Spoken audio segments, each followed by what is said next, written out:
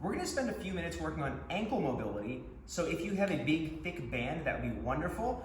You could also use a strap or a belt or a towel or something. We're going to do some stretches.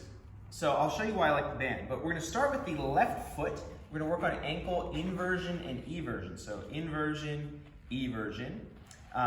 For plantar flexion, pointing, and dorsiflexion, pulling up like this, those ranges are facilitated by inversion and eversion. So that's why we really want to focus inversion and eversion, prioritize them, and as they improve, we will create more capacity for pointing and pulling the toes up. So I'll put this band around, and I'm going to pull my ankle into inversion, pull into eversion. And we're just going to explore that, explore how that feels. All right, the band is really nice because I've got that friction, I've got the elastic nature of it to pull, and I can create a lot more tension, which is key because our ankles are very strong, very resilient. All the forces they deal with on a regular basis. You can also move the band. So I'll get more into that ankle if I can move that band a little lower. Here, you'll probably feel a little bit lower, which is pretty ideal. All right, then we can do some passive range holds. So this is obviously the most exciting part. So what I'm going to do is I'm going to create a lot of tension here. I'm going to pull hard into inversion without pain though. I'm going to move it down a little bit more. I'm going to pull, find my maximal range. My knee is staying straight. Okay, then I'm going to let go of the tension and try to hold this position. Woo! This is fun, right? Then I can relax. Okay, so if you did that along with me, you might feel some cramping. All of these tissues we want to be contracting. And if you notice a big discrepancy in your passive and active range, that's something to be aware of. So what I mean by that is when you are creating all that pull to passively pull your ankle into its max range, that's your passive. Then when I let go and hold, that's my active. So for me, fortunately, I don't lose much range. I have a pretty good handle on that, so that's good. Then we'll relax. That also helps strengthen your end ranges and makes your ankles more resilient. Let's try eversion now. So this one's sometimes a little tougher, but we'll try the same thing. So we're going to pull as far as you can. You might get a little more eversion if you pull your toes up as well. And pull to the side as much as you can. Pull. Then slowly let go of your tension and hold and relax. And you're going to feel these tissues, ideally when all these tissues contracting and firing up to hold your ankle in that position. This is typically a stiffer position, you're not going to have as much range of motion, and that is totally okay. Let's try another one. Pull into your passive range. Again, this is why I like a big, thick, elastic band. I can create a lot of force. Pull, pull, pull. Slowly let go and hold, hold, hold. Try not to lose a millimeter here. Hold and relax.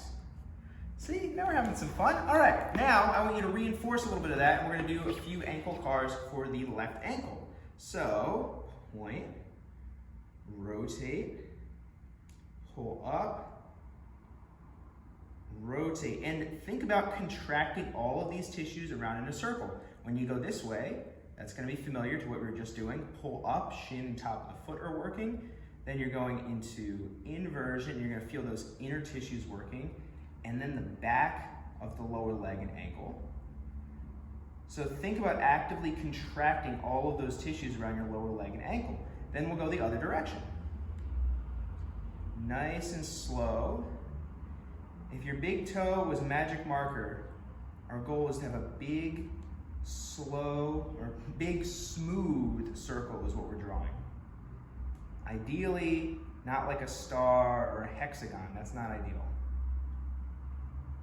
All right. Now, you can relax. Guess what? We got another ankle. Let's try the other one.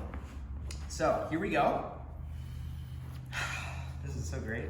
So we're going to pull into inversion and eversion. And what's so nice about having two sides is then you have an opportunity to observe the differences. So you have something to compare it to.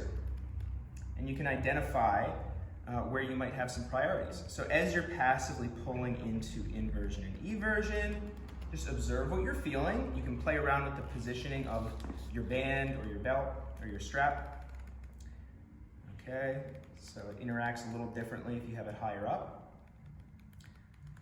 So if you're paying attention, ideally I want you paying attention to yourself, but if you're paying attention to me, you might notice that my passive range on my right ankle is bigger. Lots of injuries there, and that's okay. Now we're gonna go into the passive range hold. This is where it gets exciting, and we can really start to figure out that discrepancy between active and passive. So you're pulling inward like that, try to find that stretch on that ankle as far as you can. Slowly let go of the tension and hold and relax. So I cramp up there. Observe what you're feeling. On one side, maybe it feels easier, maybe it feels harder. For me, I can do it on both sides, but I cramp up immediately on the right side. We get to do another one, so let's try another one. All right, passive.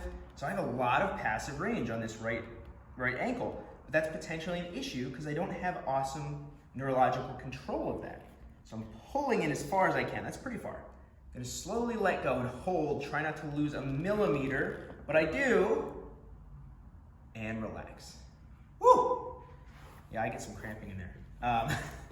So we're just teaching our nervous system how to function in that end range and try to bridge the gap between active and passive. And as long as you're not having pain, you can really crank on these ankles here. They can handle a lot of stress. You might notice that you tend to walk on them quite often. So now we're gonna go the other way. Okay, so legs straight. We're gonna pull into eversion. All right, just like that. Find our end range. I'm gonna bring my band down a little bit. Might have to really pull into this. Whoops. Good. Slowly let go, knees staying straight, and hold. Contracting all of these tissues on the outside. All that stuff is working, and relax. If you do not feel it working, if you totally lose tension, that's totally okay. This is something that your body might just have to get used to. And what that means is you have a lot of room for improvement, which is exciting. All right, so let's go for another one. Pull. If you pull those toes up, dorsiflex, you might find a little bit more range of motion there in that eversion. Good. Slowly let go. Hold. Contract those tissues on the outside of the foot and ankle. And relax. All right, let's finish it up with some ankle cars here. So, shin staying straight. Same idea as before. We're gonna point, rotate, pull up, rotate. Thigh and shin are not moving, and we're focusing on finding that contraction in a big circle. That contraction is moving as our foot and ankle moves. Nice. Pulling into the greatest, biggest circle we can, and let's switch directions. Oh yeah. So this is a great opportunity again to identify some differences side to side and figure out what you should be working on. So using myself as an example, I need to work on controlling my end range for my right ankle. My left ankle does not move as much, but I have much greater control of its full range, which means it's less of an injury and degradation risk. For my right, I'm probably best served trying to build more strength and control and experience in this passive range. Hope you enjoy, and I hope your ankles are smiling now. Have a great day.